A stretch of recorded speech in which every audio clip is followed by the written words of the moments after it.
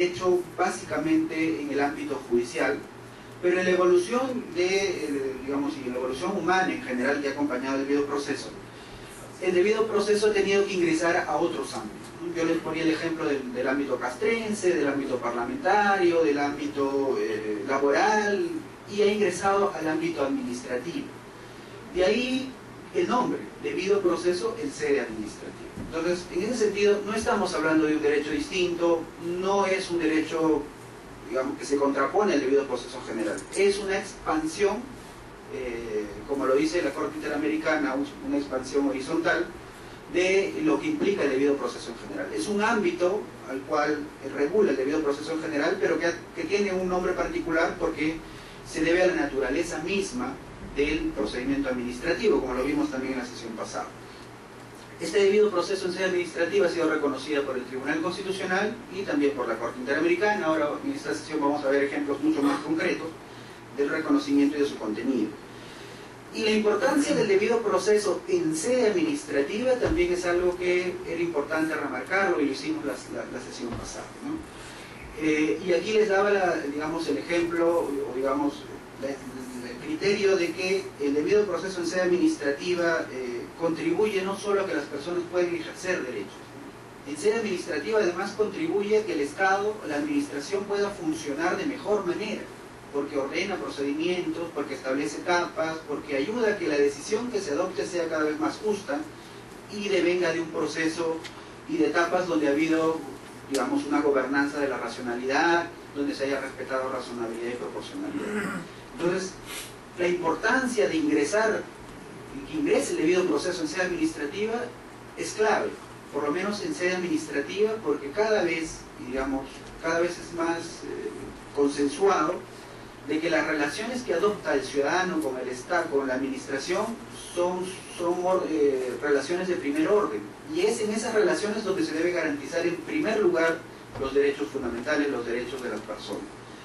De ahí que en esa relación administración-ciudadano, o administración-administrado, como lo llaman algunos administrativistas, es necesario que ingrese el debido proceso. ¿Para qué? Para garantizar que haya una decisión justa, para que la entidad se ordene, y la administración se ordene y cumpla las etapas que las leyes determinan y que se llama procedimiento administrativo.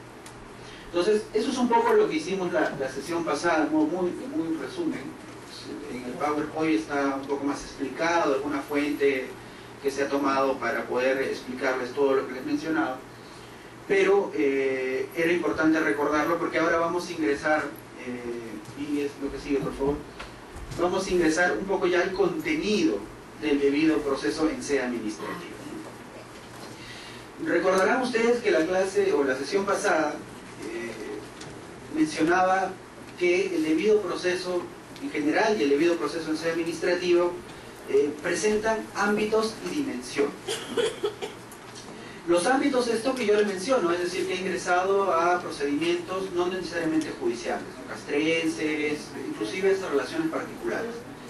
Y en las dimensiones, hablábamos de dos tipos de dimensiones, ¿no? Unas dimensiones formales o procedimentales y unas dimensiones sustantivas o materiales, ¿no? Formales tienen que ver con las etapas, lo que la ley determina qué camino seguir para la toma de una decisión, ¿no? Y ahí, por ejemplo, están, y lo vamos a ver con mayor desarrollo hoy día, que es justamente la sesión en donde vamos a abordar el contenido o la dimensión formal, procedimental del debido proceso en sede administrativa. Están, por ejemplo, el tema del procedimiento preestablecido, el derecho de defensa, la motivación, la cosa juzgada, el plazo razonable, entre otros, ¿no? Y en el tema de la dimensión sustantivo material del debido proceso en sede administrativa, tenemos, por ejemplo, la finalidad que se busca con la decisión que se adopta, ¿no? Y para tomar, y digamos, para llegar a esta finalidad, que es una decisión justa, se tiene que pasar por un canon de razonabilidad y proporcionalidad. De ahí que los principios que engloban, digamos, la dimensión sustantiva del debido proceso en sede administrativa son la razonabilidad, la proporcionalidad, y se ha incorporado a partir de la jurisprudencia, por ejemplo, la no discriminación, la igualdad de armas, en fin, todos aquellos principios que pongan en una situación de paridad a las partes cuando se va a resolver una controversia. Entonces, no perdamos de vista, por favor, el debido proceso en sede administrativa, tal como lo ha reconocido el Tribunal Constitucional Peruano, tal como lo ha reconocido la Corte Interamericana, presenta dos dimensiones, ¿no? Una dimensión formal, donde se tienen que respetar ciertas garantías, llámense también derechos, que básicamente tienen que ver con el desarrollo de las etapas en las que se va a seguir el procedimiento. Y una dimensión sustantiva que tiene que ver con la finalidad de todo ese desarrollo del proceso. Y ahí se gobierna la razonabilidad, la proporcionalidad, y se tiene que respetar de inicio la igualdad de las partes, en fin. Y eso lo vamos a ver el lunes cuando abordemos la parte de la dimensión sustantiva o material del debido proceso en sede administrativa. Y que sigue. Y bueno, ingresemos entonces al día de hoy. Como les mencionaba, lo que voy a abordar el día de hoy son garantías procesales. Les traigo algunos casos, muy puntuales. La verdad, como les explicaba, en la universidad un curso de este tipo lo trabajamos todo un semestre, y vamos a abordar puntualmente algunas garantías por un tema de tiempo. La primera pregunta que nos hacemos es ¿cuáles son esas garantías procesales del debido proceso en sede administrativa? ¿Son las mismas del debido proceso en general? ¿Son las mismas que gobiernan el debido proceso, por ejemplo, en el ámbito penal? Vamos a ver que hay de dos tipos, hay unas generales y hay unas específicas. Luego vamos a ingresar ya puntualmente al contenido y alcances de 3 o 4, digamos, garantías procesales del debido proceso en sede administrativa. Lo que es el plazo razonable, que es muy importante por la evolución de la jurisprudencia de la Corte en este tema. La motivación, que es un tema clave, que en doctrina también lo utilizan como el término de fundamentación, ¿no? Muchas veces, muchas decisiones administrativas se han caído básicamente por un tema de falta de motivación. Y luego vamos a ingresar al tema de la contradicción y la revisión judicial, ¿no?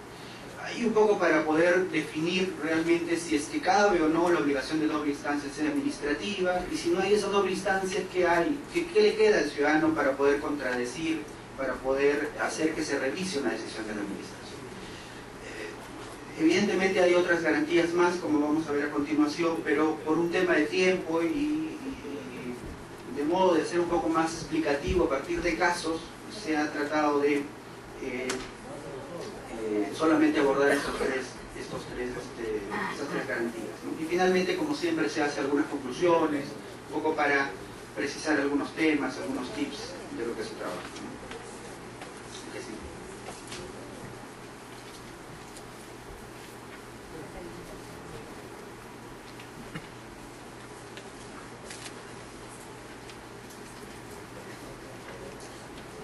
A ver, en tanto que terminan de... A ver, ingresamos a la primera pregunta, ¿no? ¿Cuáles son las garantías procesales del debido proceso en sede administrativa? Ya les he indicado que esa es una dimensión, y otra dimensión es la dimensión sustantiva. Y el que sigue, por favor. Aquí un listado general de las garantías, ¿no? Particularmente, digamos, he tratado de hacer una clasificación sobre las garantías procesales. En general, solo hay dos grandes dimensiones reconocidas a nivel del tribunal y la Corte, pero yo he tratado de, bueno, particularmente hacer una clasificación dentro de las garantías procesales. ¿Y por qué he hecho una clasificación? Y aquí les voy a explicar un poco. Y es que estas garantías procesales generales son aplicables a cualquier procedimiento administrativo. En general, a un procedimiento no necesariamente sancionador o disciplinario, no necesariamente algún procedimiento administrativo específico, sino son garantías que se tienen que respetar en cualquier procedimiento administrativo, ¿no? Por ejemplo, el derecho a ser oído, ¿no? Ese derecho no ha sido muy desarrollado en nuestro Tribunal Constitucional, lamentablemente. El Tribunal no lo ha visto con esos términos en sede administrativa, pero sí a nivel de Corte Interamericana. ¿Y qué ha dicho la Corte Interamericana con relación al derecho a ser oído? Engloba básicamente dos situaciones. El derecho a que el administrado, o sea, el ciudadano que tiene la relación con la administración, pueda participar del procedimiento. Ya sea porque presenta una solicitud, ya sea porque presenta escritos, ya sea porque presenta pruebas. Y ese es el otro gran contenido del derecho a ser oído para la Corte Interamericana. la posibilidad de que el administrado incorpore pruebas en un procedimiento administrativo. Entonces, el derecho a ser oído no ha sido desarrollado en estos términos en el Tribunal Constitucional, pero la Corte lo ha incorporado como un derecho propio o una garantía procesal propio en sede administrativa, contemplando dos situaciones. La primera situación tiene que ver con la posibilidad de participar en un procedimiento administrativo. El ciudadano puede presentar una solicitud, puede presentar una documentación, puede presentar alegatos, puede presentar documentación. Y la segunda parte del derecho a ser oído es la posibilidad de presentar pruebas. En esa lógica de participar, el ciudadano puede presentar, aportar pruebas en sede administrativa para la determinación de sus derechos, beneficios, en fin, del procedimiento que se vaya a seguir o que se esté siguiendo. Entonces, ese es su primer derecho, una primera garantía procesal. El segundo, digamos, derecho o garantía procesal que vamos a desarrollar con mayor precisión más adelante, pero que ya se los menciono, y que es aplicable a cualquier procedimiento administrativo, aquí no estamos hablando de sancionador, disciplinario, es el derecho al plazo razonable. Casos puntuales existen en el Tribunal Constitucional, como vamos a ver, casos puntuales existen en la Corte Interamericana, ya les mencioné el caso y lo vamos a trabajar un poco más ampliamente, el caso de una comunidad paraguaya que se demoraron 9 años en resolver su procedimiento de reivindicación y aún así no tuvieron una decisión justa. El derecho, una tercera garantía procesal general que es aplicable a cualquier procedimiento, el tema de la motivación, la decisión motivada en sede administrativa. Eso también ha sido reconocido en el tribunal, la Corte también ha ingresado a controlar la motivación de las decisiones en sede administrativa. Vimos la sesión pasada, dentro de la lista del artículo 8 de la Convención Americana, no está la motivación expresamente como una garantía judicial, como una garantía del debido proceso. ¿Qué hizo la Corte para poder controlar la motivación de las decisiones, sea judiciales y sea administrativas? Ha hecho lo que les dije en la sesión pasada, una expansión vertical, ¿no?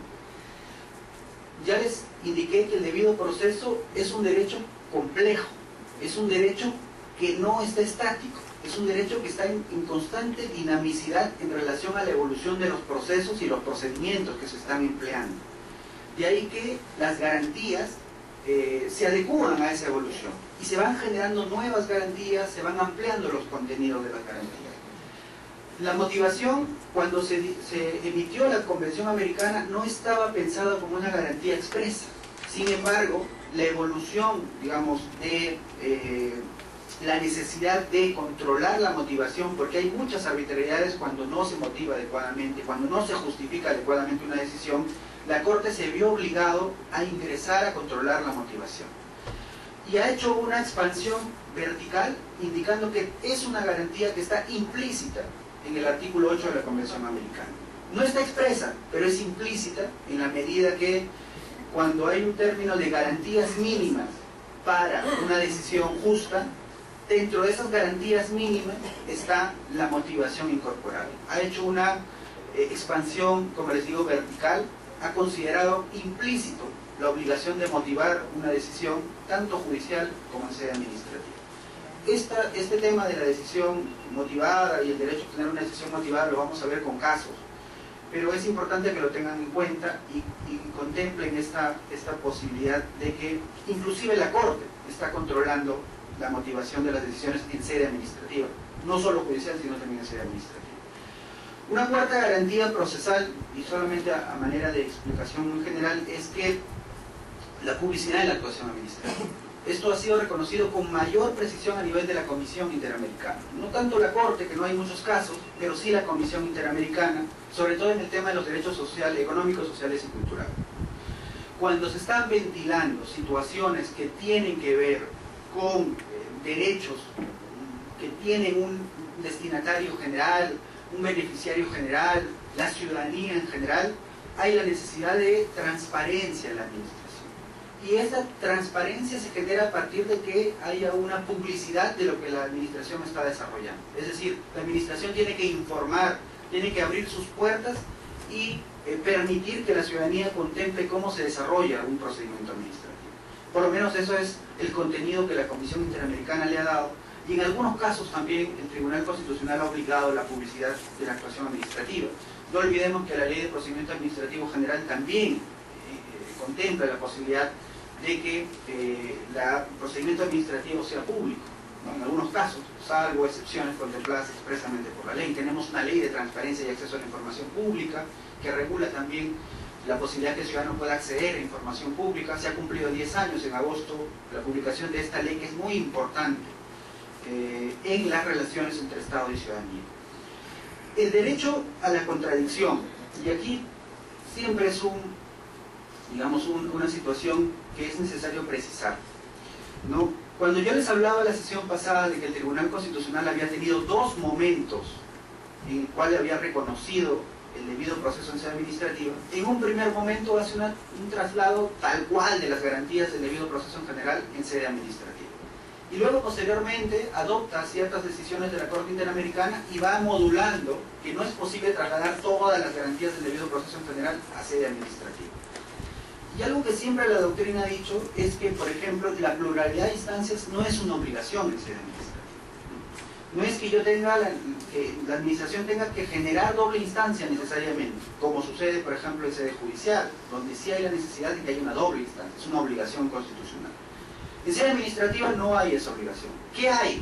O sea, ¿qué hace el ciudadano cuando tiene una decisión y no está conforme? Considera que no es justa, que no le beneficia, considera que no responde a las expectativas que tenía. Lo que tiene es el derecho a contradecir. Yo no estoy de acuerdo con la decisión de la administración y hago un derecho de contradicción a esa decisión, ¿no? Voy en recurso.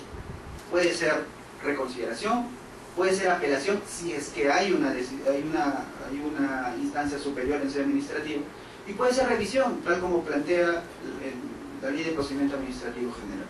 Pero no es una obligación de doble instancia, es el derecho a contradecir a esa decisión administrativa bajo la estructura de revisión que tenga la administración. Si solo tiene una instancia, solo cabe reconsideración, y si no quiere ir a reconsideración como es optativo, puede ir de frente al Poder Judicial.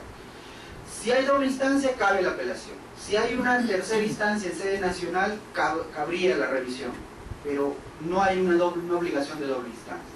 ¿Entienden? Es importante que hagamos una distinción de que la contradicción no es doble instancia y que la contradicción se adecúa a la forma como está organizada la administración. Ya, sí. En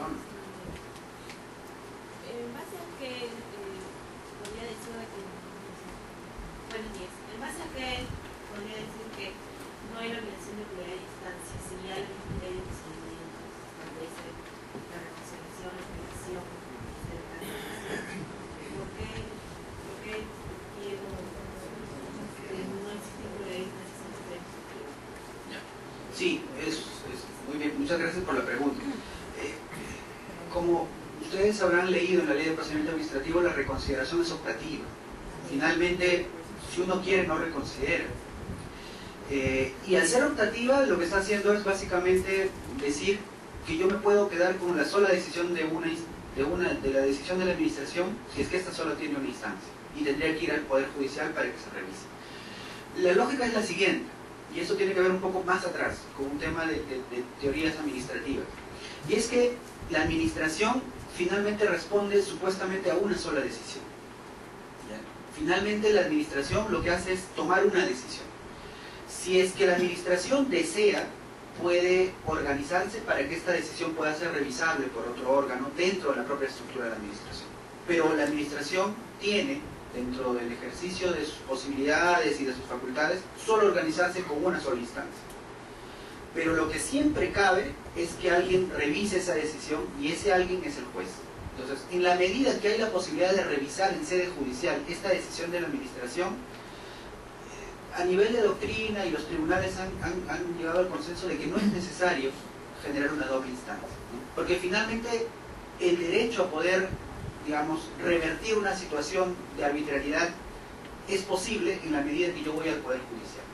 O sea, en sede administrativa me pueden decir, usted no tiene derecho a pensión, pero el juez puede determinar que se ha equivocado la administración y que yo tengo derecho a pensión. Quizás en la medida que haya esa posibilidad de revisión judicial, digamos, la regla es que toda decisión de la administración es revisable en sede judicial, es que se posibilita que la administración pueda organizarse inclusive con una sola instancia. Y el hecho de que la ley de procedimiento regule tipos de recursos es simplemente para generar criterios de cómo interponer los recursos.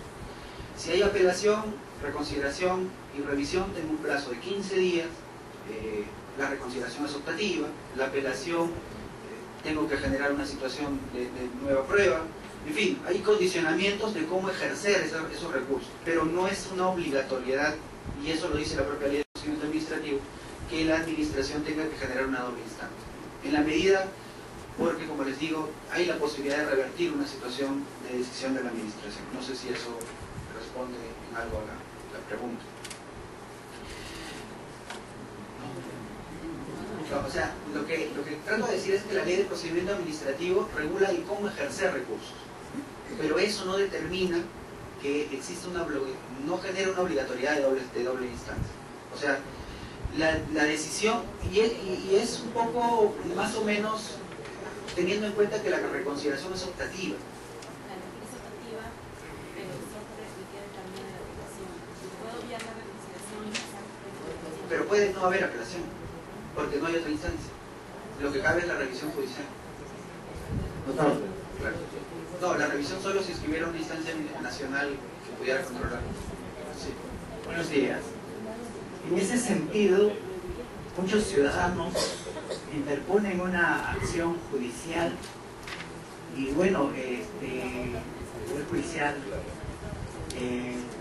les da un plazo o sacan una resolución, ¿no?, en el cual les indican de que deben agotar la vía administrativa.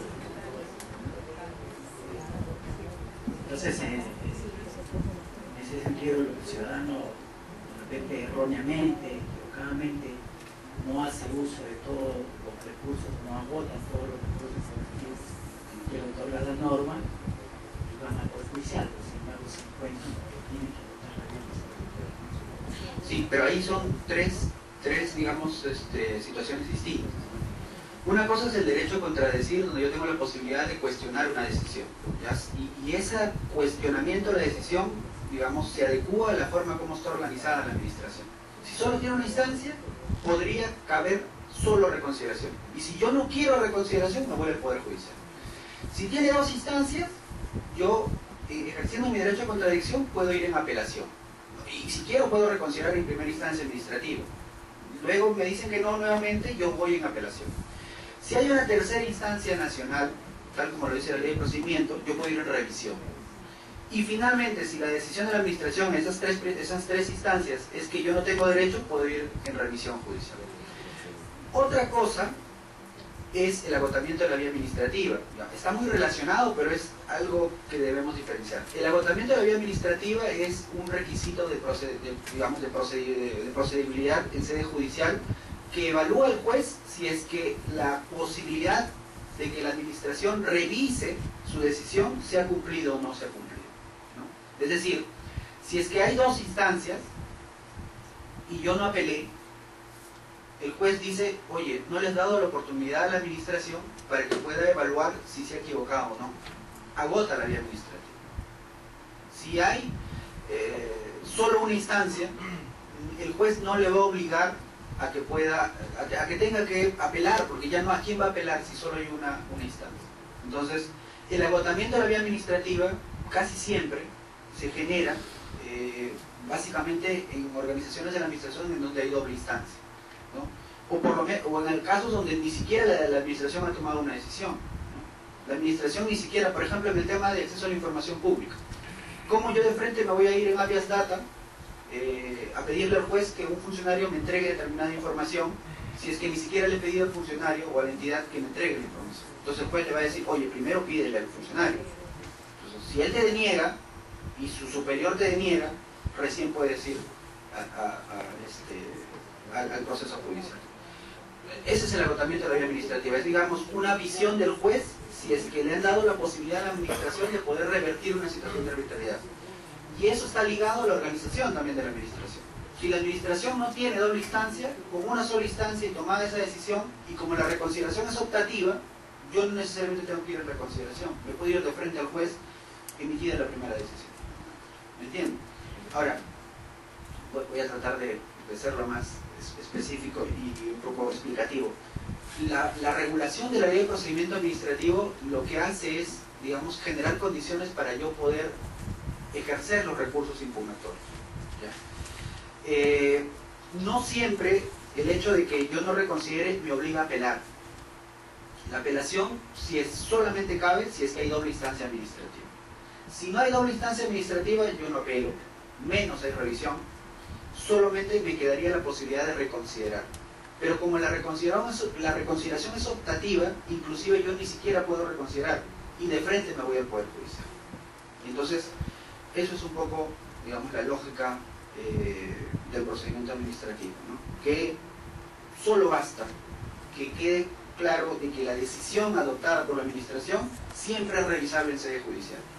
Y el derecho a contradecir en sede administrativa se tiene que sujetar a la forma como está organizada la administración. Si tiene dos instancias, cabe la apelación. Si solo tiene una instancia, cabría solo reconsideración y es optativa. ¿Ok? No sé si eso ayuda un poco la que sigue, por favor. Y bueno, esas son, digamos, las garantías procesales generales que es aplicable a cualquier procedimiento administrativo. Es decir, no importa si es sancionador, si es disciplinario, si yo estoy pidiendo pensión, si estoy pidiendo algún procedimiento en alguna entidad administrativa, ¿no? Pero hay garantías que yo llamo específicas, ¿no? Garantías procesales específicas. ¿Y por qué les llamo específicas? Porque casi siempre solamente, digamos, tendrían en algunos procedimientos administrativos en específico, ¿no? En otros no tendrían una participación, no es generalizado, por decirlo de alguna manera. Y esto tiene que ver más con los procedimientos sancionadores, los procedimientos disciplinarios, ¿no? Es todo un tema, el tema del derecho disciplinario en el Perú, a partir de servir, ahora está ingresando Contraloría con su Tribunal Administrativo de Responsabilidad Funcional. En fin, el Tribunal Constitucional tiene algunas sentencias que marcan algunos criterios, pero creo que todavía la doctrina no ha calado tan hondo como por ejemplo en Colombia, donde hay más criterios mucho más consolidados, o el propio España, donde también hay criterios o principios un poco más marcados en sede disciplinaria y sancionadora, ¿no? Pero vayamos a un poco a esas garantías que en sede administrativa existen, ¿no? Y hay un paréntesis nada más para explicarles, y es que el procedimiento sancionador en sede administrativa no necesariamente tiene que adoptar todas las garantías del derecho penal. Son hermanos porque tienen un mismo padre, que es el jus puniendi, es decir, la facultad que tiene el Estado de sancionar. Y esa facultad puede ser o puede darse de dos tipos. Una que es a través de la última ratio del control penal, es decir, ya cuando es evidente que el bien jurídico es, digamos, necesidad de protección, digamos, supremo, y por eso está contenido en el Código Penal cuando se vulnera ese bien jurídico. Y algo que tiene su hermano, que es un hermano, digamos, de poca evolución, es el derecho sancionador, y que se aplica en sede administrativa, que no ha construido categorías propias, y como no tiene categorías propias, como no tiene todavía una teoría propia, es decir, recién está en construcción, adopta ciertos criterios de su hermano mayor, que es el derecho penal. El derecho penal tiene una evolución de siglos, tiene teorías inclusive que discuten actualmente cómo se aplica el derecho penal del enemigo, el derecho penal resocializador, el derecho penal, en fin, varias teorías. Hay toda una evolución del derecho penal. Pero el derecho sancionador no tiene esa evolución, pero tienen un mismo padre, que es la facultad que tiene el Estado para poder sancionar, ya sea en sede administrativa a través del derecho sancionador, ya sea a nivel penal con el derecho penal. Y entonces no se puede aplicar tal cual todas las categorías del derecho penal en el derecho sancionador. Y en el procedimiento administrativo hay ciertos criterios, ciertos principios que se están construyendo a partir de la jurisprudencia. Uno de ellos, por ejemplo, es esta garantía procesal de la notificación previa. Está completamente claro que si a mí me investigan por la comisión de alguna falta, se me tiene que notificar para que yo pueda ejercer mi derecho de defensa. Si yo no sé, digamos, sobre qué está haciendo la investigación, sobre todo cuando se inicia una actividad de procesamiento, se me tiene que notificar, ¿no? ¿Cuáles son, qué se me está investigando, sobre qué se me está imputando? ¿No? Para que yo pueda también, a la par, hacer actividades de recopilación de información para gestionar argumentos que posteriormente me van a servir cuando yo presente mis descargos. Pero yo tengo que ser notificado, ¿no? Tiene que haber una notificación previa del ejercicio de esa potestad de sanción que va a adoptar la administración. Si no hay esa notificación previa, generalmente se incurre en un vicio y podría declararse la nulidad del procedimiento sancionador, por ejemplo, o disciplinario en este caso. Algo que se adopta del derecho penal, pero más del derecho constitucional en general, es la presunción de inocencia. Así como se dice que uno no es delincuente hasta que un juez no determine con sentencia firme que yo he cometido un delito, en la misma lógica, en un procedimiento sancionador disciplinario, a mí no se me puede sindicar como un infractor en la medida que no haya una decisión, en cosa decidida por lo menos, en sede administrativa, que diga que yo he cometido la infracción. Si solo hay una situación de imputación, es decir, me están investigando, eso no me hace un infractor. Infractor me hace cuando hay una decisión en cosa decidida, o sea, es decir, que por lo menos la decisión de la administración ya está tomada, de que yo he cometido esa infracción. Inclusive me queda la vía judicial para poder pedir que se revise la decisión de la administración. Y en todo ese tramo, hasta que no se tome esa decisión, yo tengo la posibilidad de ejercer mi derecho a la presunción de inocencia. Demuestra que yo he cometido la infracción. Demuestra que yo he cometido esa infracción y que me corresponde una determinada responsabilidad, alguna sanción. Si no, no tendrían por qué sindicarme como tal. El derecho a la defensa, ¿no? Y en esta misma lógica, me tienen que notificar y yo tengo la posibilidad de ejercer mi derecho a defensa. Tengo que aportar todos los medios probatorios que yo considero para poder revertir una situación de sanción.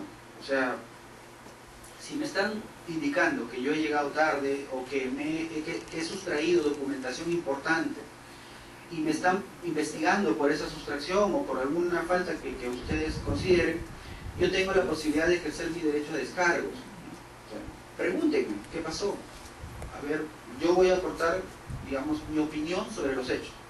Yo voy a aportar los elementos que van a contradecir esa supuesta imputación, o por lo menos esa investigación que me están haciendo.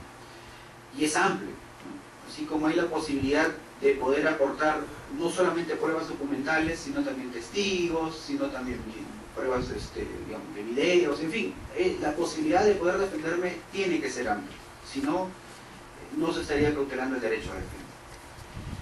Algo que también es una garantía procesal específica en sede administrativa, más enfocado a temas de derecho sancionador y derecho disciplinario, es el derecho a no ser investigado ni sancionado dos veces por un mismo hecho, el ne bis in idem. No sé si ustedes han escuchado, esto es también una categoría del derecho penal que ya ha sido constitucionalizado y que dice que yo no puedo ser doblemente sancionado y menos doblemente juzgado. Si ya me sancionaron por llegar tarde, no me tienen por qué volver a sancionar por lo mismo. Si ya me sancionaron por extraviar un documento, no me tienen por qué sancionar por lo mismo. Si ya determinaron que yo no tuve responsabilidad en la pérdida de algún equipo de cómputo, no tendrían por qué volver a investigarme por la pérdida del equipo. En fin, en general. Pero es esa categoría que también se traslada al derecho, al debido proceso en sede administrativa y en específico en los procedimientos sancionadores y los procedimientos disciplinarios. Algo que también se tiene como garantía es que yo no tenga que declararme como, no me pueden obligar a declarar contra mí mismo o declararme culpable. O sea, tiene que ver más con la violencia, tiene que ver más con obligarme a que yo pues confiese. No puede haber una obligación de que yo confiese, porque ya de por sí esa obligación, esa confesión ya estaría viciada. En fin, es una categoría también que se maneja mucho en el derecho penal y que tenemos como una garantía procesal específica en el debido proceso administrativo. Y vamos a ingresar a, yo como les digo, solo voy a abordar tres tres garantías procesales un poco a profundidad. Y el primer caso que tenemos en relación al plazo razonable es el caso Tito Martín Ramos Lang.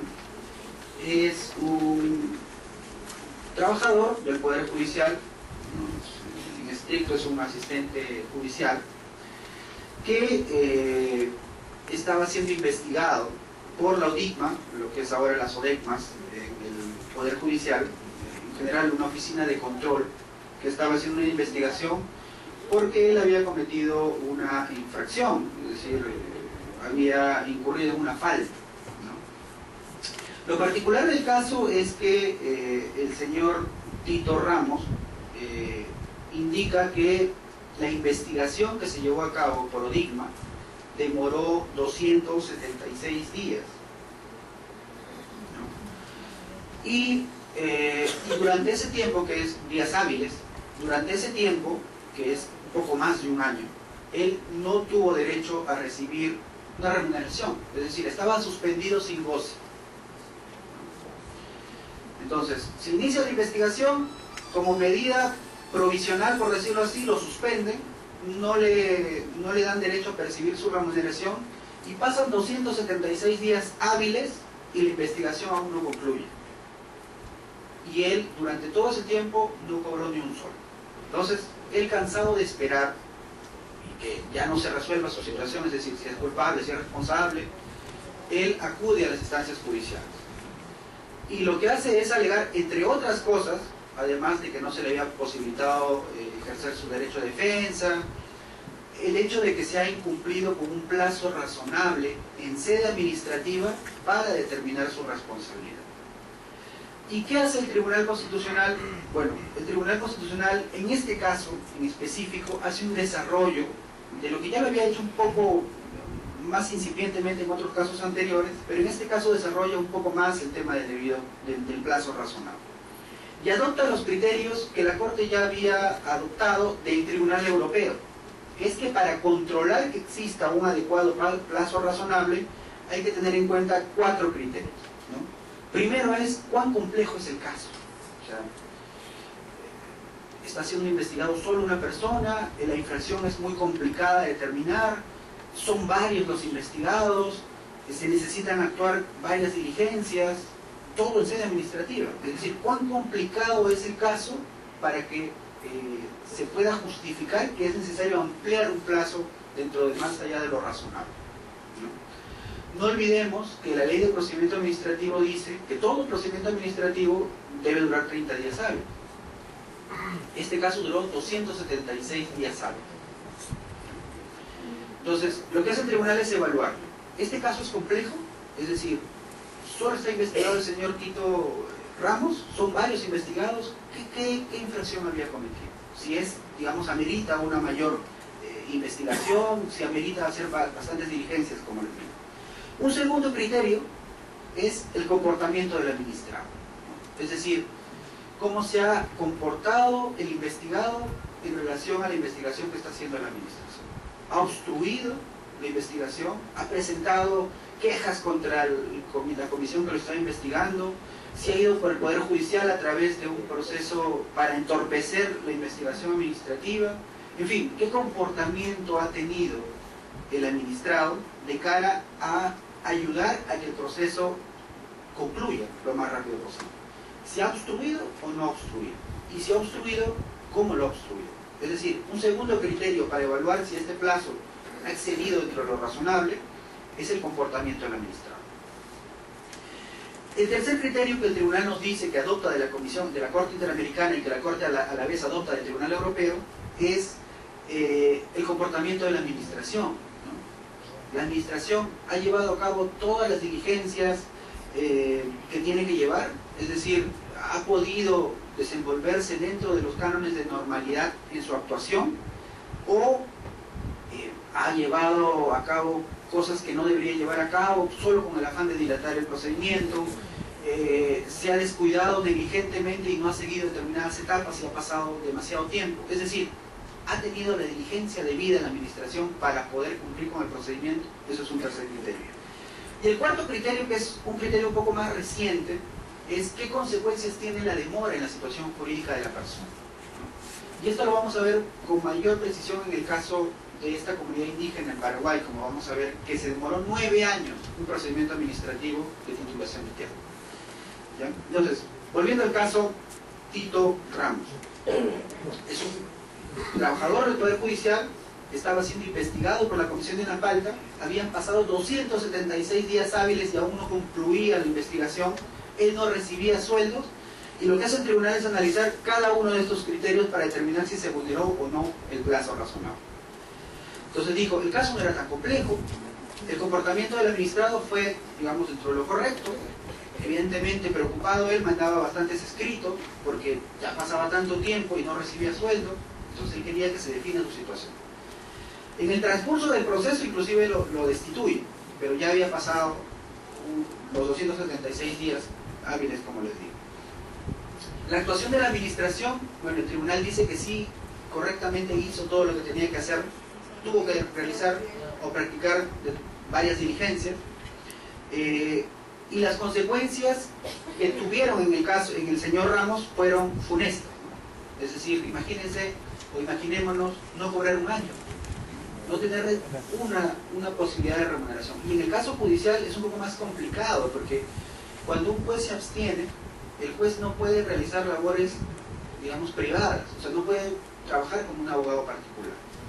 Entonces es un poco más complicado. Los ingresos evidentemente se ven muy afectados, por lo menos a nivel familiar y personal. Entonces hay consecuencias evidentes en el señor Ramos. Y, digamos, a partir de este análisis de estos criterios, el tribunal determina que sí se vulneró el plazo razonable. ¿Ya? Pero aquí una situación muy particular. Ustedes imaginarán, bueno, si se ha determinado que se ha vulnerado el plazo razonable, lo lógico es que la decisión de destitución de este señor haya sido revocada, o sea, anulada por lo menos. No, el tribunal no hizo eso. Y les voy a explicar por qué no hizo eso. Lo que hace el tribunal, básicamente, al determinar si se vulneró o no el plazo razonable, es analizar uno de los argumentos que el ciudadano presenta. Pero como les dije, otros argumentos que presenta es que no se le permitió ejercer su derecho de defensa, que no se valoraron determinadas pruebas. Y el tribunal lo que dice es, bueno, correcto, se pasó el tiempo, no es lógico que 276 días sea lo que normalmente o razonablemente deba demorar una investigación, no es, digamos, adecuado que una persona durante ese tiempo no pueda cobrar, o sea, y que si tiene esas consecuencias sobre la persona se tiene que tomar una decisión mucho más rápida. Pero lo que dice es, la administración tuvo que hacer determinadas actuaciones que ameritaban necesariamente llegar a este tiempo, y que a lo más, si es que lo que pueda ocurrir es que se sancione a la comisión, a los integrantes de la comisión que lo estaban investigando, pero eso no va o no tiene por qué generar una situación sobre la decisión que se ha adoptado. Es decir, se vulneró el plazo razonable, el tribunal determina que sí, pero no va a tener efecto sobre la decisión. A lo más se va a sancionar a la comisión por haber excedido el plazo razonable, que como les digo, en un procedimiento administrativo son 30 días, pero el tribunal ha abierto las puertas a que pueda hacer un poco más. Pero la decisión que se ha adoptado ya no se va a mover, porque también evaluó, digamos, un poco la actuación de la posibilidad de otras garantías, como el derecho a defensa, la valoración de la prueba y sobre todo la motivación. Entonces, eso es en el caso Tito Ramos lo que hizo el Tribunal Constitucional. Determinó que se vulneró el plazo razonable, pero eso no generó un efecto sobre la decisión en sede administrativa. Este tipo de situaciones se han repetido en varios casos del Tribunal Constitucional. Y en los trabajadores 276 eso es mucho más evidente. Las comisiones que se generan tienen un plazo. Si se va más allá del plazo, se genera responsabilidad para la comisión. Pero la decisión que adopta la comisión no necesariamente se revierte o se anula porque se ha excedido el plazo. Ahí se analizan otro tipo de situaciones, es decir, si la motivación ha sido adecuada, si se le ha permitido el derecho de defensa, en fin. Pero eso es importante que, digamos, lo tengamos en cuenta.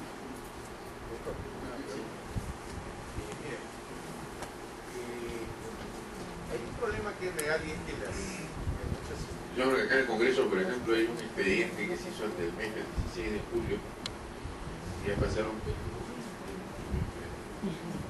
4 meses y no pasó nada.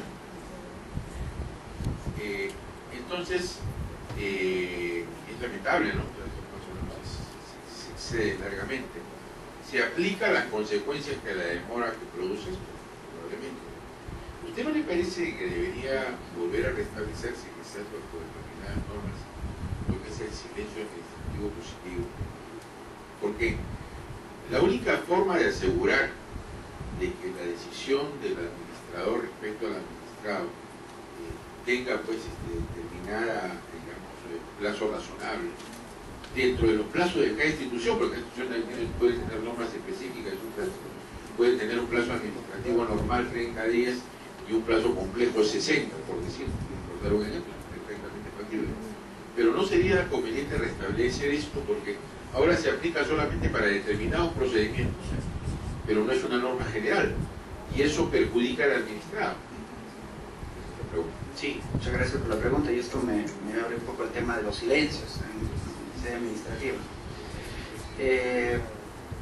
Y esto es un poco, en opinión muy personal, la verdad, no, yo represento una institución como la Defensoría del Pueblo, que inclusive sacó un informe sobre la aplicación de la ley de silencio administrativo positivo, esta ley que salió hace algunos años, y es que creo que esa ley, en estricto, en realidad no va a atacar el problema de fondo. ¿Y cuál es el problema de fondo? Es lo que usted menciona, la inactividad de la administración. ¿Cuál es el mayor castigo a la administración cuando deja de hacer las cosas? Debería ser pues que la decisión que se va a adoptar beneficia al ciudadano. Finalmente, si el ciudadano está esperando tanto tiempo por algo, el descuido, la negligencia de la administración, por lo menos debería tener una consecuencia positiva para el ciudadano, ya que está esperando. Y no tenga necesariamente el ciudadano, ustedes me dirán, bueno, pero queda el silencio negativo y es que el ciudadano puede ir a un juez, pero en fin, o sea, es un castigo a la administración. El silencio en realidad es un castigo a la ineficiencia de la administración. Y ese castigo lo podría dar, se podría determinar en una ley, que es una ley del silencio positivo. Esta ley del silencio positivo yo creo que es muy tibia, por decirlo de alguna manera. No va a atacar esta finalidad concreta, como les digo, y es que un castigo a la ineficiencia de la administración. Y creo que sí, efectivamente, tendría que revisarse, tendría que precisarse, ampliarse el ámbito para poder determinar que en casos muy puntuales, donde hay una situación de ineficiencia evidente de la administración, pues se tenga que castigar y el mayor beneficiado sea la administración. O sea, es una relación de dos. Si tú incumples, yo estoy cumpliendo con presentar mi solicitud, yo me estoy acercando con todas mis pruebas, mis requisitos, ¿por qué no me vas a dar lo que me toca? En fin, eso es un comentario, como les digo, muy personal que yo menciono, y es que hay que trabajar mucho todavía con relación al silencio positivo. Eso significaría que pasa a ser judicial, no simplemente de lo que está reclamando el magistrado. No, silencio positivo implica que ya me otorgan lo que yo estaba pidiendo. O sea, inmediatamente. Si está el proceso administrativo, yo entiendo, en varios procesos, es que ya el administrado tiene derecho a pasar a ser judicial. Claro, el silencio negativo es eso, lo que usted dice, ¿no? O sea, yo esperé el plazo que dice la ley de procedimientos, si no me responden, se supone que me lo están negando y yo tengo la posibilidad para poder ir al Poder Judicial. El silencio positivo es que transcurra el plazo y se genere una relación, una especie de acto administrativo ficto, es decir, una resolución que me otorga el beneficio del derecho que yo estaba pidiendo. O sea, ya se me otorga y yo puedo ejercerlo. Yo creo que en algunos casos, y esta ley no contempla a todos los que debería contemplar, creo, sí es necesario que haya una resolución ficta. Es decir, el castigo a la ineficiencia de la administración tiene que ser más contundente. En una relación de dos, como les digo, no tiene que haber una situación de protección a uno y no protección al otro. Eso es más o menos, digamos, mi opinión muy personal, como les digo. Pero bueno, vayamos al otro caso, y este caso es a nivel de la Corte. Es el caso que yo les comenté en la sesión pasada, este caso de una comunidad indígena. La verdad es muy lamentable lo que se describe en esta sentencia de la Corte Interamericana. Esto es una comunidad indígena de Sacmo Cacé contra Paraguay, el caso. Esta comunidad, digamos, ha sufrido lamentablemente el descuido del Estado paraguayo. Se le explica en la sentencia que ha vivido en condiciones muy precarias, inclusive parte de su terreno Paraguay vendió a Brasil en algunos siglos pasados, y ellos tuvieron que, digamos, nunca se les consultó la venta, Finalmente ellos tuvieron que, digamos, emigrar hacia una zona un poco más paraguaya, buscar que otras comunidades los acojan. Ha habido donde se menciona en la sentencia el descuido, tanto los niveles de analfabetismo, los problemas de salud, los problemas de nutrición, es decir, un abandono total del Estado a la comunidad indígena. Inclusive se habla de una tasa de mortalidad infantil muy alta. La Corte Interamericana también reconoce que se han vulnerado derechos de los niños, el derecho a la educación, el derecho a la identidad cultural de esta comunidad. Pero yo lo que les quiero traer a colación es básicamente un extremo de esta sentencia de la Corte. Y es que esta comunidad, digamos, ya a partir de 1990, inició lo que en Paraguay se le permite a una comunidad, y es que puedan pedir la titulación de sus tierras. Un procedimiento administrativo en una entidad más o menos semejante como a nuestro PET, o al COFOPRI, en fin, que ve temas de titulación de tierra. En 1990 se inició. En 1999 aún no recibían una respuesta de esa entidad administrativa. Lo que hicieron la comunidad fue básicamente luego ir a la vía judicial. La vía judicial tampoco les fue favorable. Inclusive un presidente paraguayo declaró los terrenos sobre los cuales vivía esta comunidad una zona, algo así como una zona reservada. Sin consultarle se declaró una zona reservada. Y al declarar una zona reservada ya no se les permitía ejercer la caza, que es principalmente la actividad con la que ellos subsisten, ya no se les permitía ejercer caza digamos, de animales, ni pescar, menos de hacer labores de tierra, o sea, agricultura. Es como si un día nosotros volviéramos a nuestra casa y nos damos cuenta que ha salido una ley y nos dicen, ya no puedes hacer nada, esto es una zona que ha sido declarada monumento histórico, y tú ya no puedes vivir acá o ya no puedes desempeñar las actividades que has realizado. Entonces, esta comunidad básicamente le cortan las manos. ¿De qué manera va a subsistir si no se le permite la caza, si no se le permite, digamos, sembrar algo? En fin, y eso es, digamos, un poco el cuestionamiento que la Corte hace al Estado paraguayo. Nunca se le consultó, nunca se le por lo menos la posibilidad de poder trasladarlo, si es que querías fácilmente declarar en zona reservada esa. Y entonces, y en el extremo que yo les quiero comentar es que pasaron 9 años, esta entidad administrativa nunca les tomó una decisión, y cansados ellos se van a la Corte Interamericana. Y lo que hace la Corte Interamericana, además de evaluar las decisiones judiciales, que ya de por sí tienen problemas de protección judicial, lo que hace la Corte es también controlar o evaluar en sede administrativa lo que ha desarrollado esta entidad administrativa. Y analiza el plazo, ¿no? Es decir, es razonable que un procedimiento administrativo de titulación de tierras dure 9 años. Es decir, ¿qué pasó? ¿Por qué se demoró tanto? Y digamos, evalúa estos criterios que ya les mencioné. La complejidad del asunto, la actividad del administrado, la actividad de la administración y los efectos que tiene sobre el administrado, sobre el ciudadano que está siendo, digamos, sometido en el procedimiento administrativo. Y lo que dice es lo siguiente. Con relación al primer problema, sí, efectivamente es un caso complejo porque, digamos, titular a una comunidad indígena es evidentemente un caso complejo. ¿Cuántos son? ¿Hace cuántos años viven ahí? No hay nada escrito, no hay un registro de titulación de ellos, no hay contratos, ellos básicamente se manejan muchas veces por un tema verbal. En fin, es un tema complejo. ¿Pero eso justifica 9 años? Se preguntó la Corte. Entonces, luego va al segundo elemento, y es que sí advierte una actuación deficiente de la administración, ¿no? ¿Y cómo así? Digamos, lo dice. Y es que le pide documentación muchas veces impertinente a la comunidad, o documentación que evidentemente no va a tener, como le pide un contrato de compra-venta del terreno, por ejemplo. Evidentemente la comunidad indígena no necesariamente lo va a tener, y se demora un momento en esperar a que le responda el contrato de compra-venta, les piden documentación adicional, en fin. O sea, hay una actuación negligente, inclusive se demuestra que entre etapa y etapa han pasado años para poder titular.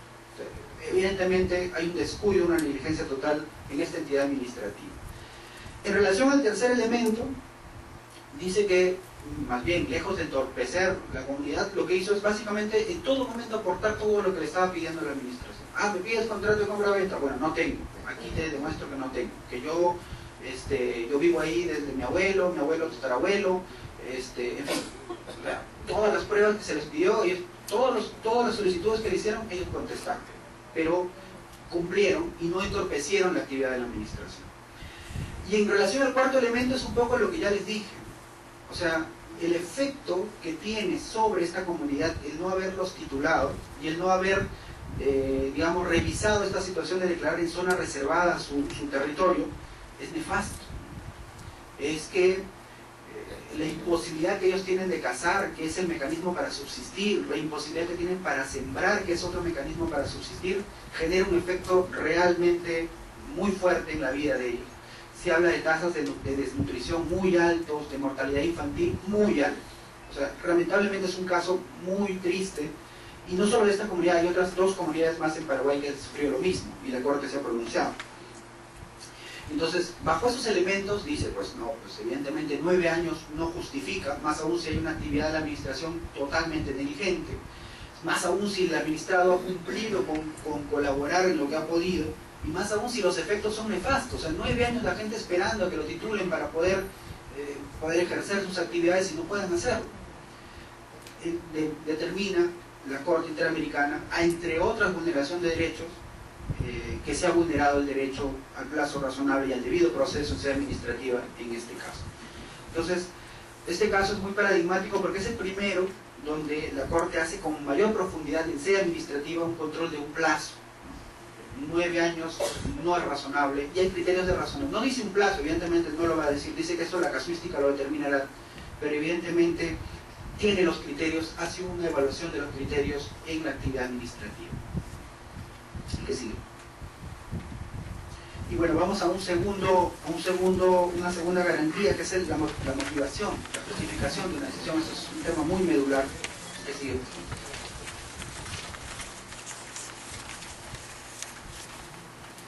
Y aquí nos encontramos con el caso Jenny Guaroto Palomino. Es una estudiante de una universidad nacional de Ica.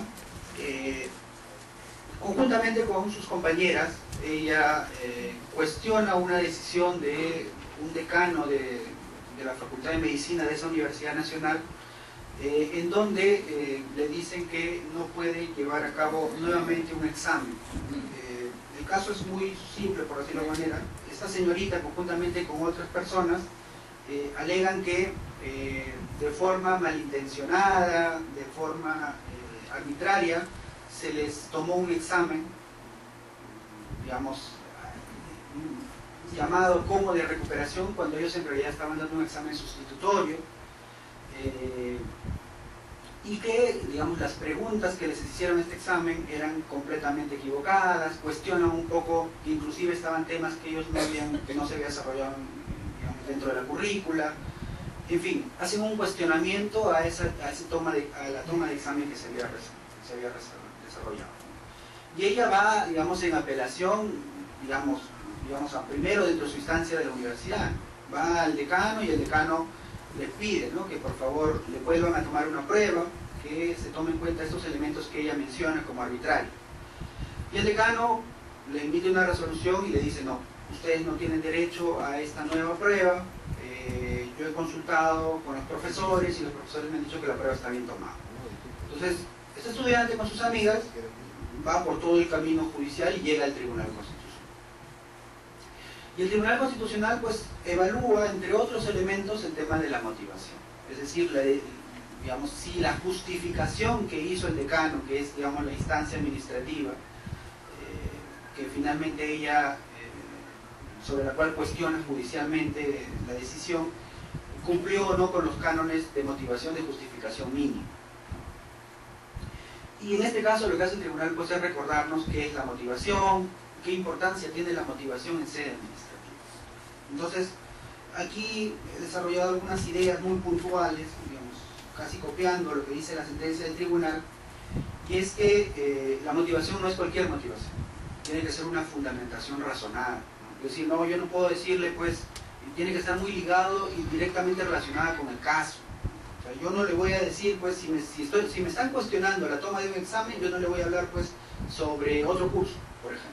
O no le voy a hablar sobre la calidad del profesor. O sea, yo tengo que responderle que ese examen está bien tomado, que las pruebas han sido adecuadas a la currícula y que se ha respetado los mínimos de razonabilidad que se requieren para una evaluación de este tipo, por ejemplo. Pero yo no me puedo justificar en cualquier cosa. O sea, no es el hecho de llenar páginas indicando en qué me sustento o en qué me justifico, si es que esa justificación no está directamente relacionada con el caso, con el tema, con lo que se está evaluando. No es cualquier justificación, como les digo, es una justificación razonable. Y es ineludible en cualquier acto administrativo. No olvidemos que la ley de procedimiento establece que un criterio, digamos, es que los actos administrativos estén motivados, si no genera una situación de nulidad o de invalidez de los actos administrativos. Y luego desarrolla que la motivación es un tema muy clave en el ordenamiento jurídico administrativo, que genera una situación de acercamiento entre el Estado y el administrado y el ciudadano, y que es también una garantía para que la persona pueda ejercer su derecho de contradicción, su derecho de defensa. Si yo voy a contradecir una decisión de la administración o voy a defenderme contra esa decisión de la administración, pues lo mínimo es que me den realmente, justificadamente, en base a qué se están sustentando ellos para poder determinar o mi responsabilidad o que yo estaba equivocado. Si yo no tengo esa justificación mínima, directa con relación al caso, yo no voy a poder contradecir, menos ejercer mi derecho de defensa de manera adecuada. Entonces, también es una garantía la motivación para el ejercicio de otros derechos. El derecho de defensa, el derecho a contradicción, sea administrativo.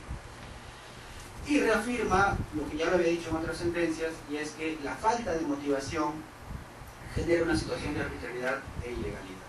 Y menciona la ley de procedimiento que dice que son nulos los actos administrativos que no tienen una motivación mínima. Entonces, esos son, digamos, los temas puntuales. No olvidarnos que la motivación es muy importante. No justificar cualquier cosa, tiene que haber una justificación directa sobre los hechos que se están evaluando. Además, no olvidar que la motivación es una garantía para el ejercicio de otros derechos. El ciudadano puede exigir la motivación porque tiene la necesidad de ejercer otros derechos, y que si no se cumple con esa motivación, pues se genera una situación de arbitrariedad y una nulidad. En el caso concreto de Jenny Gualoto, el tribunal, luego de analizar la motivación, determina que sí hubo una efectiva motivación de parte del decano. Y, digamos, determina que sí le contestaron los cuestionamientos que esta señorita hizo en relación a la evaluación. Y es más o menos lo que les indicaba. Y es que ella decía que era una evaluación que no debía ser llamado sustitutoria, sino que ella estaba subsanando. O sea, no era una recuperación, perdón, sino era ella decía que era una sustitución, pero le determinan que ella efectivamente estaba dando un examen sustitutorio porque había tenido un curso jalado, una nota jalada en esa. Luego le dicen que sí, los temas que se han abordado están dentro de la currícula, le justifican que la currícula son estos temas y que la evaluación está basada en esos temas, y le dicen que no hay una situación, pues, de falta de razonabilidad en las preguntas, ¿no? O sea, que el decano por lo menos toma como, digamos, como prueba para justificar su decisión la opinión de otros profesores sobre la materia. Es decir, o sea, el decano tomó una decisión muy justificada, le contraargumentó todo lo que ella había mencionado e inclusive tomó como pruebas la opinión de otros profesores donde decían que la prueba estaba correctamente tomada. Entonces, bajo esos argumentos, con esa decisión, el tribunal dice: señorita, no tiene razón, por lo menos en este extremo.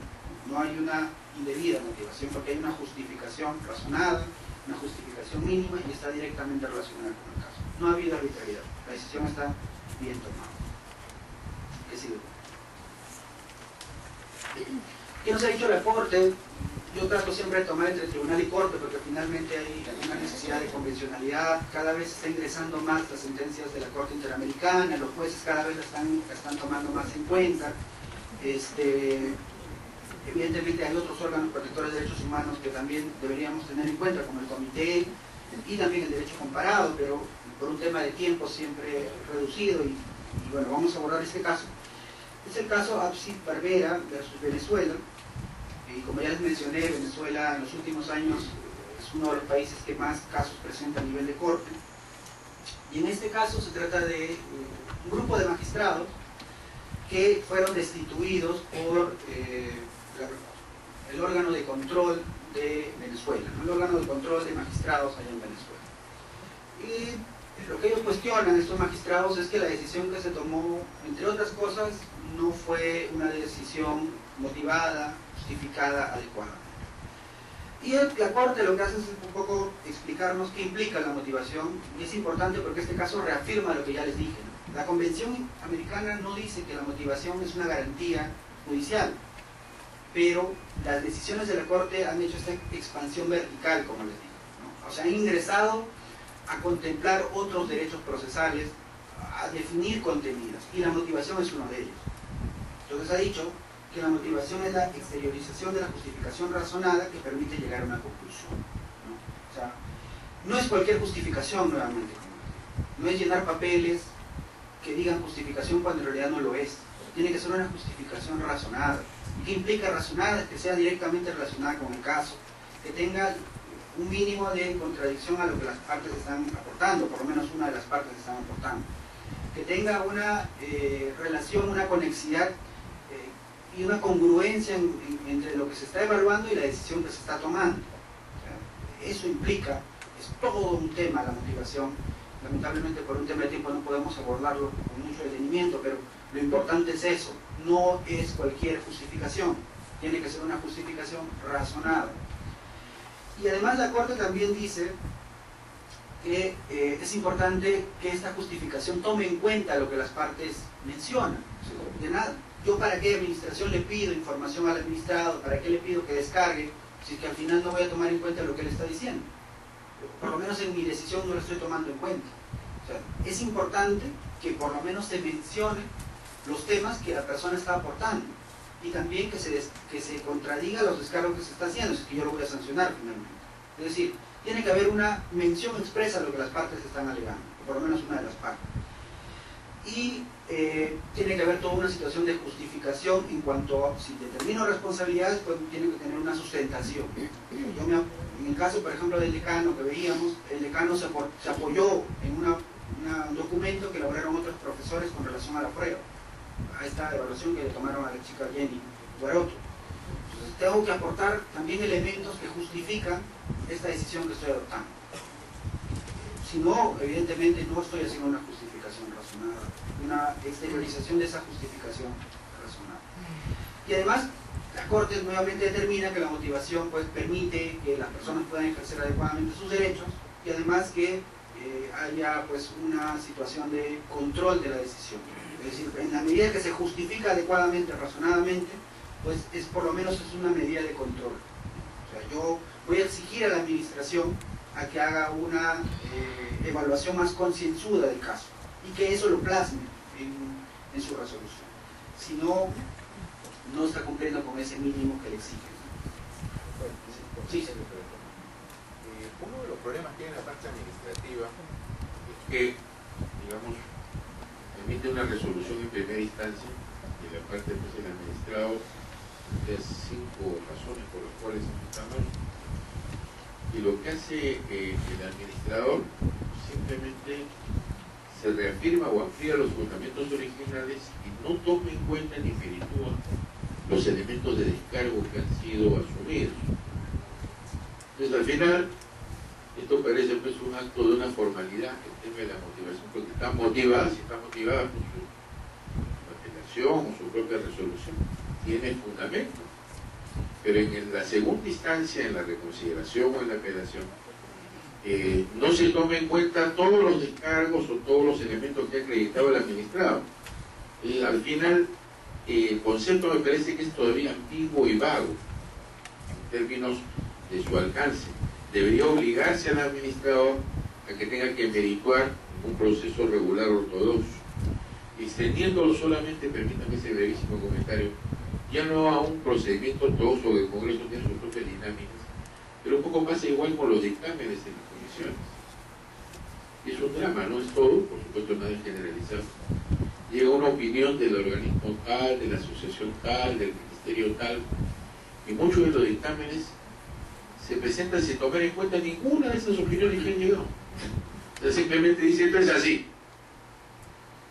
Entonces, en este caso, sin ser, pues, en el caso parlamentario, un procedimiento ortodoxo, ni mucho menos, un procedimiento administrativo estrictamente con parámetros definidos, pero es sumamente importante garantizar también el derecho de las personas a lo que usted dice, ¿no? A que su opinión sea oída, sea merituada, sea evaluada, porque si no, el hecho en el caso del Congreso de dictaminar se transforma en una formalidad, la gente envía sus opiniones y no sirven para nada. Sí, muchas gracias. Y eso me permite un poco precisar dos cosas. Lo primero es que, claro, evidentemente ustedes dirán, bueno, pero en el descargo muchas veces me dicen 100 razones y yo voy a, en mi resolución, tener que, digamos, rebatir las 100 decisiones, me va a salir una resolución de 100 páginas, por decirlo. No, evidentemente se tiene que, digamos, merituar lo que es pertinente, lo que tiene que ver y que está relacionado directamente con el caso, con la controversia. La persona puede decirnos en sus descargos que en su colegio nunca cometió una falta. Eso no tiene nada que ver con la falta que está cometiendo ahora que es trabajador. O sea, yo no voy a tener que decirle o descargar o, digamos, contradecir ese descargo en relación a un hecho que no tiene nada que ver, una conexión directa con relación a lo que se está trabajando, evaluando, ¿no? Y, es decir, se tiene que tener en cuenta lo pertinente. Y sobre eso pronunciarse y pronunciarse bien. ¿Y por qué pronunciarse bien? Porque finalmente la justificación, eso siempre le digo a los jueces, le digo a muchos trabajadores de la administración pública, es la motivación es tu mecanismo de defensa. Cuando le abren un proceso administrativo a alguien por negligencia o por no haber tenido en cuenta determinadas cosas, en el caso de una resolución administrativa, mi mecanismo de defensa es mi propia resolución. Y en el caso de los jueces es su propia sentencia. Y su sentencia habla por ellos, lo que siempre les digo. O sea, tú juez tienes que tener en cuenta que tu sentencia habla por ti, ¿no? Y que tu mecanismo de defensa cuando te van a cuestionar la decisión, ya sea en un procedimiento, digamos, porque va en un tribunal superior, o porque te cae OCMA, o porque la gente se queja y paga OCMA, finalmente es tu decisión. Y tu decisión es la que va, digamos, defenderte ante ese cuestionamiento. Lo mismo pasa en sede administrativa. Mi resolución es mi mecanismo de defensa. Y cuanto más completo y más justificado está mi resolución, mejor forma de defensa no puedo tener. Porque nadie me va a cuestionar esa decisión que yo estoy dando porque está debidamente justificada. Entonces no perder de vista eso, por favor, porque es importante y es necesario para un poco también tener tranquilidad al momento de nuestra actividad administrativa, ¿no? Es decir, y bueno, entramos a los dos últimos garantías procesales, el derecho a contradicción en la revisión judicial. Y aquí tenemos el caso Ramón Salazar Yarlequé, de repente le suena, este es el caso del control difuso, en sede administrativa, pero acá no vamos a hablar de control difuso, es toda una charla, además hay entre vaivenes en la doctrina y el propio tribunal. Aquí básicamente lo que quiero es un poco la precisión que hizo el tribunal en este caso en relación a la posibilidad que tiene el administrado de recurrir una decisión de la administración.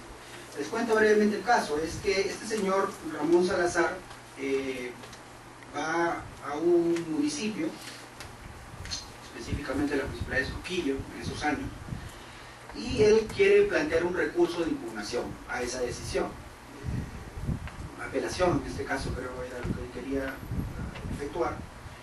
Y la municipalidad en ese momento había establecido como tasa que condicionaba la presentación de este recurso el pago de 15 soles. Entonces, el señor Salazar ya le dijo, pero o sea, ¿me vas a cobrar por apelar? Entonces, no estaba conforme, porque evidentemente, o sea, ni siquiera es que me vas a cobrar para que me des la razón, me vas a cobrar simplemente para apelar. Entonces, evidentemente el señor Salazar agotó los mecanismos administrativos y acudió al Tribunal Constitucional, digamos, pasando por todas estas etapas.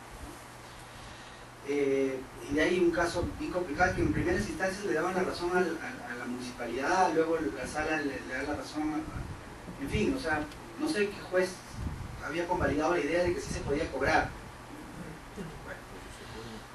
La cosa es que el tribunal dice y reafirma la idea, digamos, en principio, hace una precisión, y es que, lo que ya les decía al inicio, no hay pluralidad de instancias en sede administrativa, pero sí hay la posibilidad de contradecir o recurrir la decisión de la administración. Es decir, yo no estoy conforme con lo que adopta la decisión de la administración y yo tengo la posibilidad de contradecirlo, de recurrir esa decisión.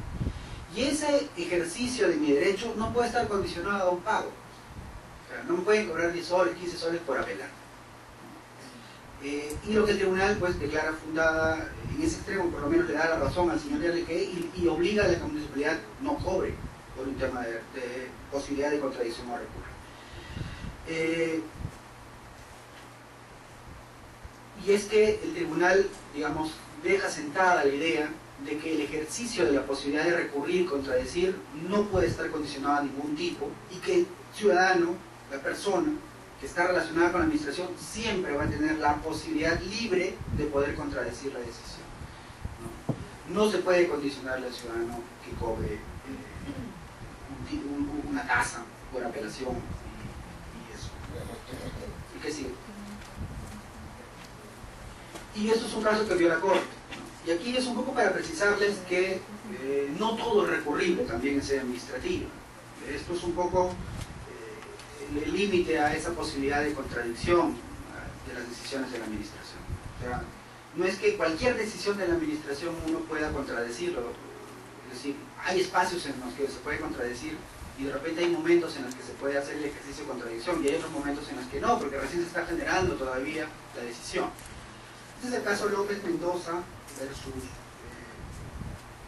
versus Venezuela. Y nuevamente Venezuela, y es un caso muy reciente. Este señor pues era un político que fue luego alcalde de un distrito, una gobernación de Venezuela, y que lamentablemente, digamos, le imputaron una situación de infracción, ¿no? Específicamente en un tema de algo que tiene que ver con malversación de fondos, con, digamos, no haber cumplido con pagar un fondo determinado en una etapa que le correspondía. Entonces, Contraloría General de Venezuela va contra este señor, determina su responsabilidad y lo sanciona y declara su inhabilitación. Y esto lo perjudicó al señor porque él estaba justo en un proceso de reelección como alcalde de este distrito, esta gobernación, y al ser inhabilitado ya no puede pues, participar de los comicios electorales. Entonces el señor López acude, digamos, luego de votar digamos, en sede interna en Venezuela, acude a al sistema interamericano y llega hasta la Corte Interamericana.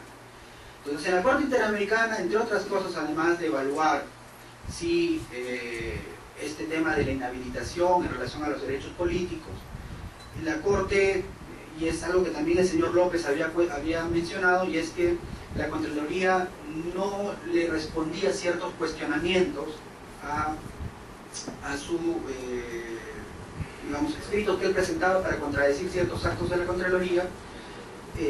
La Corte empieza a analizar también esta etapa del procedimiento administrativo, o sea, tanto lo que se realizó en corte, tanto lo que se realizó a nivel de la Contraloría, como lo que luego se hizo a nivel del Poder Judicial, el sistema judicial en Venezuela. En relación al sistema judicial es todo el tema de la inhabilitación con relación al ejercicio de derechos políticos.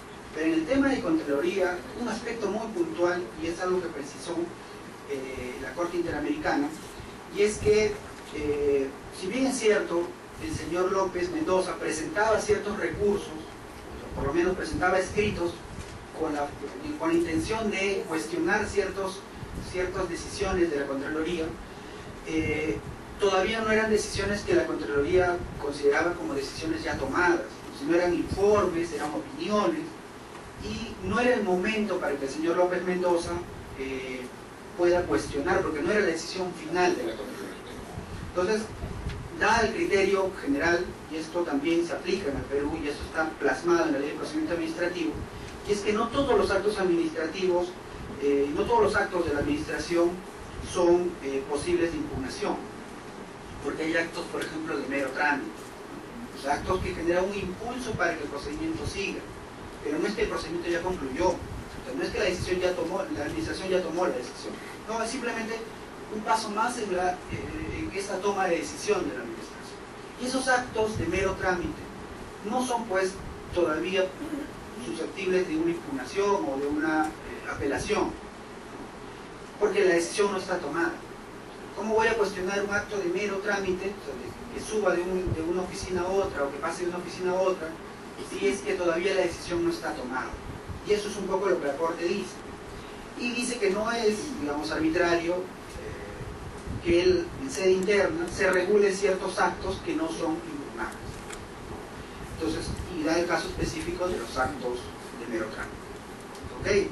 Entonces, la idea principal acá es, a partir de este caso López Mendoza, la Corte, luego, simplemente para que tomen en cuenta, es que la Corte finalmente le da la razón al señor López Mendoza, no por este extremo, sino por el tema de la inhabilitación, porque determina que no hubo una decisión justificada, motivada, va por el tema de motivación, y le dice al gobierno de Venezuela, al Estado de Venezuela, que elimine la inhabilitación y que bueno, lamentablemente ya había pasado el proceso electoral, pero que por lo menos en los años que le quedaba inhabilitación se elimine esa inhabilitación y que en procesos electorales se le pueda dejar participar. Además que le pide a Venezuela que mejore su regulación en tema de inhabilitaciones en relación a derechos políticos, a poder participar en procesos electorales. Pero en este caso puntual deja en claro eso, de que no todos los actos son impugnables y que es posible que el sea administrativo se regule razonablemente porque no son impugnables algunos. Y bueno, vamos a concluir algunas conclusiones, simplemente un poco para reafirmar ciertas ideas, y es que esto que les dije, ¿no? Hay dos garantías grandes o dos dimensiones de garantías en el debido proceso de ser administrativo. Unas garantías formales y procedimentales, que son las que hemos visto hoy día y hemos reafirmado básicamente en tres, que es el plazo razonable, la motivación y luego la revisión y contradicción. Y las garantías sustantivas o materiales que tienen que ver con los fines de este procedimiento, ¿no? El hecho de que se tome una decisión justa y que esté gobernado por criterios o cánones de razonabilidad y proporcionalidad, que lo vamos a ver el día de hoy. Entre las garantías formales o procedimentales hemos hablado, y esto es un tema muy personal, hay de dos tipos, yo los clasifico de esta manera: estos generales aplicables a cualquier procedimiento y algo mucho más específico para determinados procedimientos administrativos, en especial a los procedimientos administrativos sancionadores, disciplinarios. En relación al plazo razonable, el Tribunal Constitucional ha fijado, inspirándose en la Corte Interamericana y esta a su vez en el Tribunal Europeo, cuatro criterios para evaluar cuándo se incumple con el plazo razonable. No olvidemos el tema de la actividad, la complejidad del caso, el tema de la actividad del administrado, la actividad de la administración y los efectos que tiene esta demora en la situación jurídica de la persona. Luego hemos hablado sobre el tema de la motivación como una garantía procesal también, ¿no? Importante no olvidar que la motivación no solamente es un derecho, sino que también es una obligación ineludible de la administración y en general de cualquier entidad del Estado, tanto juzgados, administración y en cualquier ámbito. Si yo tomo una decisión tengo que justificarlo, porque eso posibilita que la persona pueda ejercer otros derechos. Y como les digo y les reitero, el funcionario y el juez tienen que tener en cuenta que su resolución motivada es su mejor mecanismo de defensa. No hay, digamos, nada más que mencionarles al respecto. Y luego hemos hablado sobre, finalmente, y ya un poco mucho más rápido, sobre el derecho a la contradicción y la revisión judicial. La regla es que toda decisión de la administración es revisable en sede judicial. Cada vez, a nivel de doctrina, es mucho más amplia la idea de que toda decisión de la administración tiene que ser revisable y que no hay ámbitos que escapan a esta revisión en sede judicial, que todas las decisiones de la administración tienen que ser revisables. Y precisando que como no hay pluralidad de instancias en sede administrativa, lo que existe es el derecho a contradecir los actos de la administración. O sea, no es que yo tenga el derecho a que haya dos instancias en sede administrativa, una que revise a la otra. No, yo tengo la posibilidad como ciudadano, como administrado, de que esa decisión de la administración yo pueda contradecir, pueda pedir que se revise, ya sea en la propia entidad, si es que hay otra instancia, o por reconsideración, o yo pueda pedir que un juez revise esa decisión del administrativo. Eso es el derecho de contradicción, que es muy distinto a las primeras instancias que existen en sede judicial. Entonces, eso ha sido, digamos, el día de hoy. Ahora, yo la vez pasada di un correo, era un correo institucional, lamentablemente ahí no ingresan correos de Hotmail, Gmail, así que ahora les he dado este correo por si quieren hacer alguna consulta, una precisión, o cualquier mayor bibliografía que desean al respecto. Nuevamente les agradezco y bueno, el lunes nos vemos. Muchas gracias.